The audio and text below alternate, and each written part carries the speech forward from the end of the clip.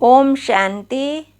अज प्यारे बाबा दे 19/3/2021 ਦੇ महावचन प्यारे बाबा ने अपने बच्चों ਨੂੰ कहा, मिठे बच्चे, ये पढ़ाई ही कमाई का साधन है, सोर्स ऑफ इनकम है। इस नाल तुसी मनुख तो देवता बनते हो। 21 जन्मां ਦੇ ਲਈ सच्ची कमाई हो जाती है। प्रश्न है, बाप जो मिठियां मिठियां गल्लां सुणाउंदे हन, ਉਹ ਧਾਰਨ कदों होणगियां? उत्तर है, जदों बुद्धि उत्ते परमत या मनमत का प्रभाव नहीं होवेगा। जो बच्चे सुणियां सुणाइयां गल्लां ते चलदे हन, उन्हां दी बुद्धि विच धारणा नहीं हो सकदी। सिवाए ज्ञान दे होर कोई कुछ भी सुणाउंदा है, ਉਹ ਤਾਂ ਜਿਵੇਂ ਦੁਸ਼ਮਣ ਹੈ। ਝੂਠੀਆਂ ਗੱਲਾਂ ਸੁਣਾਉਣ ਵਾਲੇ ਬਹੁਤ ਹਨ। ਇਸ ਲਈ ਹੀਅਰ ਨੋ ਈਵਿਲ, ਨਾ ਤਾਂ ਬੁਰਾ ਸੁਣੋ ਨਾ ਬੁਰਾ ਦੇਖੋ, ਸੀ ਨੋ ਈਵਿਲ। ਮਨੁੱਖ ਤੋਂ ਦੇਵਤਾ ਬਣਨ ਦੇ ਲਈ ਇੱਕ ਬਾਪ ਦੀ ਸ਼੍ਰੀਮਤ ਤੇ ਹੀ ਚੱਲਣਾ ਹੈ। ਗੀਤ ਹੈ ਹਮਾਰੇ ਤੀਰਥ ਨਿਆਰੇ ਹੈ। ਓਮ ਸ਼ਾਂਤੀ। ਇਸ ਗੀਤ ਵਿੱਚ ਜਿਵੇਂ ਕਿ ਆਪਣੀ ਮਹਿਮਾ ਕਰਦੇ ਹੋ, ਆਪਣੀ ਮਹਿਮਾ ਅਸਲ ਵਿੱਚ ਕੀਤੀ ਨਹੀਂ ਜਾਂਦੀ। ਇਹ ਤਾਂ ਸਾਰੀਆਂ ਸਮਝਣ ਦੀਆਂ ਗੱਲਾਂ ਹਨ। ਜੋ ਭਾਰਤਵਾਸੀ ਬਹੁਤ ਸਮਝਦਾਰ ਸੀ, ਹੁਣ ਬੇਸਮਝ ਬਣੇ ਹਨ। ਹੁਣ ਪ੍ਰਸ਼ਨ ਉੱਠਦਾ ਹੈ, ਸਮਝਦਾਰ ਕੌਣ ਸੀ? ਉਹ ਕਿਤੇ ਵੀ ਲਿਖਿਆ ਹੋਇਆ ਨਹੀਂ ਹੈ। ਤੁਸੀਂ ਹੋ ਗੁਪਤ। ਕਿੰਨੀਆਂ ਵੰਡਰਫੁਲ ਗੱਲਾਂ ਹਨ। ਇੱਕ ਤਾਂ ਬਾਪ ਕਹਿੰਦੇ, ਮੇਰੇ ਦੁਆਰਾ ਹੀ ਬੱਚੇ ਮੈਨੂੰ ਜਾਣ ਸਕਦੇ ਹਨ। ਫਿਰ ਮੇਰੇ ਦੁਆਰਾ ਸਭ ਕੁਝ ਜਾਣ ਜਾਂਦੇ ਹਨ। ਸ੍ਰਿਸ਼ਟੀ ਦੇ ਆਦਿ ਮੱਧ ਅੰਤ ਦਾ ਜੋ ਖੇਲ ਹੈ, ਉਸ ਨੂੰ ਸਮਝ ਜਾਂਦੇ ਹਨ। ਹੋਰ ਕੋਈ ਵੀ ਨਹੀਂ ਜਾਣਦੇ। ਪਰੰਤੂ ਇੱਕ ਭੁੱਲ ਮੁੱਖ ਕੀਤੀ ਹੈ ਕਿ ਨਿਰਾਕਾਰ ਪਰਮਪਿਤਾ ਪਰਮਾਤਮਾ ਸ਼ਿਵ ਦੇ ਬਦਲੇ श्री कृष्ण का नाम पा दिता। पहला नंबर शास्त्र, जिसनों श्रीमद भागवत गीता कहते, वही गलत हो गया। इसलिए पहला तो सिद्ध करना है कि भगवान एक है। फिर पूछना है कि गीता का भगवान कौन? भारत का आदि सनातन देवी देवता धर्म है। अगर नवा कोई धर्म कहिए ਤਾਂ ਬ੍ਰਾਹਮਣ ਧਰਮ ਹੀ ਕਹਾਂਗੇ। ਪਹਿਲਾਂ ਚੋਟੀ ਹੈ ਬ੍ਰਾਹਮਣ, ਫਿਰ ਦੇਵਤੇ। ਉੱਚੇ ਤੇ ਉੱਚਾ ਹੈ ਬ੍ਰਾਹਮਣ ਧਰਮ। ਜੋ ਬ੍ਰਾਹਮਣ ਬ੍ਰਹਮਾ ਦੁਆਰਾ ਪਰਮਪਿਤਾ ਪਰਮਾਤਮਾ ਰਚਦੇ ਹਨ, ਉਹੀ ਬ੍ਰਾਹਮਣ ਫਿਰ ਦੇਵਤਾ ਬਣਦੇ ਹਨ। ਮੁੱਖ ਗੱਲ ਹੈ, ਭਗਵਾਨ ਸਭ ਦਾ ਬਾਪ ਹੈ, ਨਵੀਂ ਦੁਨੀਆ ਦਾ ਰਚయిਤਾ ਹੈ। ਜ਼ਰੂਰ ਨਵੀਂ ਦੁਨੀਆ ਹੀ ਰਚਣਗੇ ਨਾ। ਨਵੀਂ ਦੁਨੀਆ ਵਿੱਚ ਨਵਾਂ ਭਾਰਤ ਹੁੰਦਾ ਹੈ। ਜਨਮ ਹੀ ਭਾਰਤ ਵਿੱਚ ਲਿਆ ਹੈ। ਭਾਰਤ ਨੂੰ ਹੀ ਸਵਰਗ ਬਣਾ ਰਹੇ ਹਨ ਬ੍ਰਹਮਾ ਦੁਆਰਾ। ਤੁਹਾਨੂੰ ਆਪਣਾ ਬਣਾ ਕੇ ਫਿਰ ਪੜ੍ਹਾਉਂਦੇ ਹਨ ਮਨੁੱਖ ਤੋਂ ਦੇਵਤਾ ਬਣਾਉਣ ਦੇ ਲਈ। ਪਹਿਲਾਂ ਤੁਸੀਂ ਸ਼ੂਦਰ ਵਰਣ ਦੇ ਵਿੱਚ ਸੀ, ਫਿਰ ਆਏ ਬ੍ਰਾਹਮਣ ਵਰਣ ਵਿੱਚ, ਫਿਰ ਦੇਵੀ ਵਰਣ ਵਿੱਚ। ਪਿੱਛੇ ਵਰਿੱਧੀ ਹੁੰਦੀ ਰਹਿੰਦੀ ਹੈ। ਇੱਕ ਧਰਮ ਤੋਂ ਅਨੇਕ ਧਰਮ ਹੋ ਜਾਂਦੇ ਹਨ। ਟਾਲ ਟਾਲੀਆਂ ਵੀ ਸਭ ਧਰਮਾਂ ਦੀਆਂ ਬਣ ਜਾਂਦੀਆਂ ਹਨ। ਹਰ ਇੱਕ ਧਰਮ ਤੋਂ ਨਿਕਲਦੀਆਂ ਹਨ। ਅੱਗੇ ਬਾਬਾ ਦੱਸ ਰਹੇ, 3 ਟਿਊਬਾਂ ਹੁੰਦੀਆਂ ਹਨ ਨਾ, ਇਹ ਹੈ ਮੁੱਖ। ਹਰ ਇੱਕ ਨਾਲ ਆਪਣੀ ਆਪਣੀ ਸ਼ਾਖਾ ਨਿਕਲਦੀ ਹੈ। ਮੁੱਖ ਹੈ ਫਾਊਂਡੇਸ਼ਨ। ਫਿਰ 3 ਟਿਊਬਾਂ ਹਨ ਮੁੱਖ। ਥੁਰ ਹੈ ਆਦਿ ਸਨਾਤਨ ਦੇਵੀ ਦੇਵਤਾ ਧਰਮ ਦਾ, ਜੋ ਹੁਣ ਤੁਸੀਂ ਰਾਜਯੋਗ ਸਿੱਖ ਰਹੇ ਹੋ। ਦਿਲਵਾੜਾ ਮੰਦਿਰ ਵੀ ਬਹੁਤ ਵਧੀਆ ਬਣਿਆ ਹੋਇਆ ਹੈ। ਉਸ ਵਿੱਚ ਵੀ ਸਾਰੀ ਸਮਝਾਉਣੀ ਹੈ। ਬੱਚੇ ਇੱਥੇ ਬੈਠੇ ਹਨ। ਕਲਪ ਪਹਿਲਾਂ ਵੀ ਤੁਸੀਂ ਰਾਜਯੋਗ ਦੀ ਤਪੱਸਿਆ ਕੀਤੀ ਸੀ। ਜਿਵੇਂ ਕ੍ਰਾਈਸਟ ਦਾ ਯਾਦਗਾਰ ਕ੍ਰਿਸਚਨ ਦੇਸ਼ ਵਿੱਚ ਹੈ, ਇਸੇ ਤਰ੍ਹਾਂ ਤੁਹਾਡਾ ਬੱਚਿਆਂ ਨੇ ਜੋ ਤਪੱਸਿਆ ਕੀਤੀ ਹੈ, ਉਸ ਦਾ ਯਾਦਗਾਰ ਵੀ ਇੱਥੇ ਹੀ ਹੈ ਬੜਾ ਸਹਿਜ, ਪਰੰਤੂ ਕੋਈ ਵੀ ਜਾਣਦੇ ਨਹੀਂ ਹਨ। ਤਾਂ ਬਾਬਾ ਕਹਿ ਰਹੇ, ਇਹ ਪੜ੍ਹਾਈ ਹੈ ਕਮਾਈ ਦਾ ਸਾਧਨ। ਪੜ੍ਹਾਈ ਨਾਲ ਹੀ ਮਨੁੱਖ ਬੈਰਿਸਟਰ ਬਣਦੇ ਹਨ, ਪਰੰਤੂ ਇਹ ਪੜ੍ਹਾਈ ਮਨੁੱਖ ਤੋਂ ਦੇਵਤਾ ਬਣਦੀ ਹੈ। ਕਿੰਨੀ ਭਾਰੀ ਕਮਾਈ ਹੈ, ਪ੍ਰਾਪਤੀ ਬਹੁਤ ਭਾਰੀ ਹੈ। ਇਹਨਾਂ ਵਰਗੀ ਪ੍ਰਾਪਤੀ, ਇਸ ਵਰਗੀ ਪ੍ਰਾਪਤੀ ਕਿਸੇ ਦੀ ਵੀ ਨਹੀਂ ਹੋ ਸਕਦੀ। ਬਾਬਾ ਕਹਿੰਦੇ ਕੋਈ ਕਰਾ ਵੀ ਨਹੀਂ ਸਕਦਾ। ਗ੍ਰੰਥ ਵਿੱਚ ਗਾਇਆ ਹੈ ਨਾ, ਮਾਨੁਸ਼ ਸੇ ਦੇਵਤਾ ਕੀ ਕਰਤ ਨਾ ਲਾਗੀ ਵਾਰ। ਪਰੰਤੂ ਮਨੁੱਖਾਂ ਦੀ ਬੁੱਧੀ ਚੱਲਦੀ ਨਹੀਂ ਹੈ। ਜ਼ਰੂਰ ਉਹ ਦੇਵੀ ਦੇਵਤਾ ਧਰਮ ਪ੍ਰਾਇਲੋਪ ਹੋ ਗਿਆ ਹੈ। ਤਾਂ ਹੀ ਲਿਖਦੇ ਹਨ, ਮਨੁੱਖ ਤੋਂ ਦੇਵਤਾ ਬਣੀਏ। ਦੇਵਤੇ ਸਤਯੁਗ ਵਿੱਚ ਸੀ, ਉਹਨਾਂ ਨੂੰ ਜ਼ਰੂਰ ਭਗਵਾਨ ਨੇ ਸੰਗਮ ਯੁਗ 'ਤੇ ਰਚਿਆ ਹੈ। ਕਿਵੇਂ ਰਚਿਆ ਹੈ ਇਹ ਕੋਈ ਨਹੀਂ ਜਾਣਦੇ। ਗੁਰੂ ਨਾਨਕ ਨੇ ਪਰਮਾਤਮਾ ਦੀ ਮਹਿਮਾ ਗਾਈ ਹੈ, ਉਹਨਾਂ ਵਰਗੀ ਮਹਿਮਾ ਕਿਸੇ ਨੇ ਨਹੀਂ ਗਾਈ। ਇਸ ਲਈ ਗ੍ਰੰਥ ਨੂੰ ਭਾਰਤ ਵਿੱਚ ਪੜ੍ਹਦੇ ਹਨ। ਗੁਰੂ ਨਾਨਕ ਦਾ ਕਲਯੁਗ ਵਿੱਚ ਅਵਤਾਰ ਹੋਇਆ, ਉਹ ਹਨ ਧਰਮ ਸਥਾਪਕ। ਰਾਜਈ ਤਾਂ ਪਿੱਛੇ ਹੋਈ ਹੈ, ਬਾਬਾ ਨੇ ਤਾਂ ਇਹ ਦੇਵੀ ਦੇਵਤਾ ਧਰਮ ਸਥਾਪਨ ਕੀਤਾ ਹੈ। ਅਸਲ ਵਿੱਚ ਨਵੀਂ ਦੁਨੀਆ ਬ੍ਰਾਹਮਣਾਂ ਦੀ ਹੀ ਕਹਾਂਗੇ।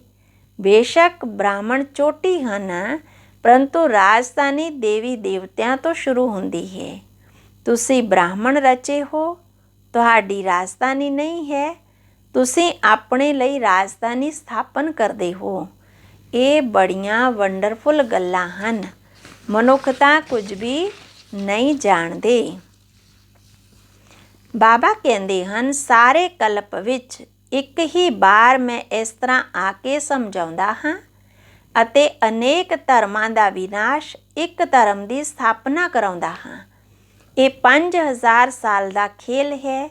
ਤੁਸੀਂ ਬੱਚੇ ਜਾਣਦੇ ਹੋ, ਅਸੀਂ 84 ਜਨਮ ਲਏ ਹਨ। ਵਿਸ਼ਨੂੰ ਦੀ ਨਾਭੀ ਤੋਂ ਬ੍ਰਹਮਾ ਦਿਖਾਉਂਦੇ ਹਨ। ਬ੍ਰਹਮਾ ਅਤੇ ਵਿਸ਼ਨੂੰ ਇਹ ਕਿਸ ਦੇ ਬੱਚੇ ਹਨ? ਦੋਨੋਂ ਬੱਚੇ ਠਹਿਰੇ ਸ਼ਿਵ ਦੇ। ਉਹ ਹੈ ਰਚయిਤਾ, ਉਹ ਹੈ ਰਚਨਾ। ਇਹਨਾਂ ਗੱਲਾਂ ਨੂੰ ਕੋਈ ਸਮਝ ਨਾ ਸਕਣ, ਬਿਲਕੁਲ ਨਵੀਂ ਗੱਲ ਹੈ ਨਾ। ਬਾਬਾ ਵੀ ਕਹਿੰਦੇ ਹਨ ਕਿ ਇਹ ਨਵੀਆਂ ਗੱਲਾਂ ਹਨ। ਕੋਈ ਸ਼ਾਸਤਰਾਂ ਵਿੱਚ ਇਹ ਗੱਲਾਂ ਹੋ ਨਹੀਂ ਸਕਦੀਆਂ। ਗਿਆਨ ਦਾ ਸਾਗਰ ਬਾਪ ਹੈ, ਉਹੀ ਗੀਤਾ ਦਾ ਭਗਵਾਨ ਹੈ। ਭਗਤੀ ਮਾਰਗ ਵਿੱਚ ਸ਼ਿਵ ਜਯੰਤੀ ਵੀ ਮਨਾਉਂਦੇ ਹਨ। ਬਾਬਾ ਕਹਿ ਰਹੇ, ਸਤਯੁਗ ਤ੍ਰੇਤਾ ਵਿੱਚ ਨਹੀਂ ਮਨਾਉਂਦੇ ਤਾਂ ਜ਼ਰੂਰ ਸੰਗਮ ਯੁਗ 'ਤੇ ਹੀ ਆਉਂਦੇ ਹੋਣਗੇ। ਇਹ ਗੱਲਾਂ ਤੁਸੀਂ ਸਮਝਦੇ ਜਾਂਦੇ ਹੋ ਅਤੇ ਦੂਸਰਿਆਂ ਨੂੰ ਸਮਝਾਉਂਦੇ ਰਹਿੰਦੇ ਹੋ। ਜੋ ਸਮਝਾਉਣ ਵਾਲੇ ਬਾਪ ਦੀ ਮਹਿਮਾ ਹੈ, ਉਹ ਬੱਚਿਆਂ ਦੀ ਹੋਣੀ ਚਾਹੀਦੀ ਹੈ। ਬਾਬਾ ਅੱਗੇ ਕਹਿ ਰਹੇ, ਤੁਹਾਨੂੰ ਵੀ ਮਾਸਟਰ ਗਿਆਨ ਦਾ ਸਾਗਰ ਬਣਨਾ ਚਾਹੀਦਾ ਹੈ ਨਾ। ਪ੍ਰੇਮ ਦਾ ਸਾਗਰ, ਸੁੱਖ ਦਾ ਸਾਗਰ ਇੱਥੇ ਹੀ ਬਣਨਾ ਹੈ। ਕਿਸੇ ਨੂੰ ਵੀ ਦੁੱਖ ਨਹੀਂ ਦੇਣਾ ਚਾਹੀਦਾ। ਬਹੁਤ ਮਿੱਠਾ ਬਣਨਾ ਹੈ। ਤੁਸੀਂ ਜੋ ਕੜਵੇ ਇੱਕਦਮ ਜ਼ਹਿਰ ਮਿਸਲ ਸੀ, ਸੋ ਤੁਸੀਂ ਵਾਇਸਲੈਸ ਬ੍ਰਾਹਮਣ ਬਣ ਰਹੇ ਹੋ। ਨਿਰਵਿਕਾਰੀ ਪਵਿੱਤਰ ਬ੍ਰਾਹਮਣ ਬਣ ਰਹੇ ਹੋ। ਈਸ਼ਵਰ ਦੀ ਸੰਤਾਨ ਬਣ ਰਹੇ ਹੋ। ਵਿਸ਼ਸ ਤੋਂ ਵਾਇਸਲੈਸ ਦੇਵਤਾ ਬਣ ਰਹੇ ਹੋ। ਅੱਧਾ ਕਲਪ ਤੁਸੀਂ ਪਤਿਤ ਬਣਦੇ ਬਣਦੇ ਹੁਣ ਬਿਲਕੁਲ ਜੜਜੜੀ ਭੂਤ ਅਵਸਥਾ ਨੂੰ ਪਾਏ ਹੋ। ਸੜੇ ਹੋਏ ਕੱਪੜਿਆਂ ਨੂੰ ਸਟਕਾ ਲਗਾਉਣ ਨਾਲ ਫਟਕੇ ਚੀਰ-ਚੀਰ ਹੋ ਜਾਂਦੇ ਹਨ ਨਾ। ਇੱਥੇ ਤਾਂ ਗਿਆਨ ਦੇ ਸਟਕੇ ਲਗਾਓ ਤਾਂ ਪੁਰਜਾ ਹੀ ਹੋ ਜਾਂਦੇ, ਮਨਾ ਛੱਡ ਜਾਂਦੇ।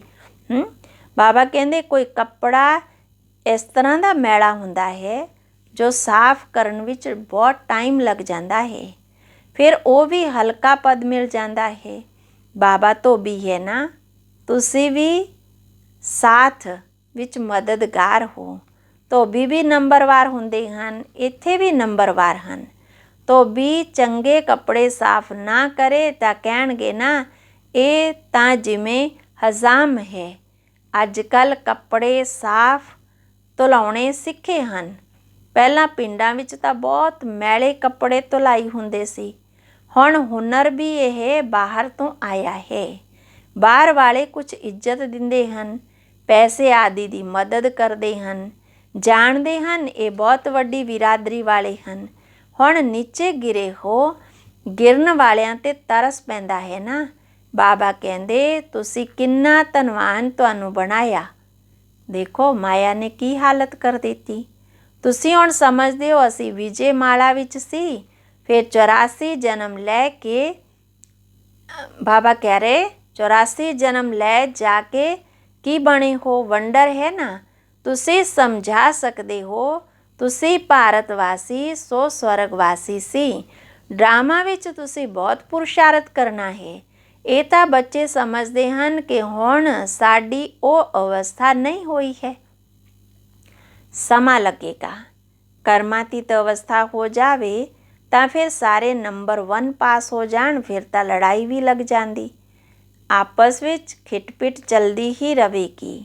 ਤੁਸੀਂ ਜਾਣਦੇ ਹੋ ਜਿੱਥੇ ਕਿਤੇ ਵੀ ਦੇਖੋ ਲੜਨ ਦੀਆਂ ਹੀ ਤਿਆਰੀਆਂ ਕਰ ਰਹੇ ਹਨ, ਸਭ ਤਰਫ ਤਿਆਰੀਆਂ ਹੋ ਰਹੀਆਂ ਹਨ।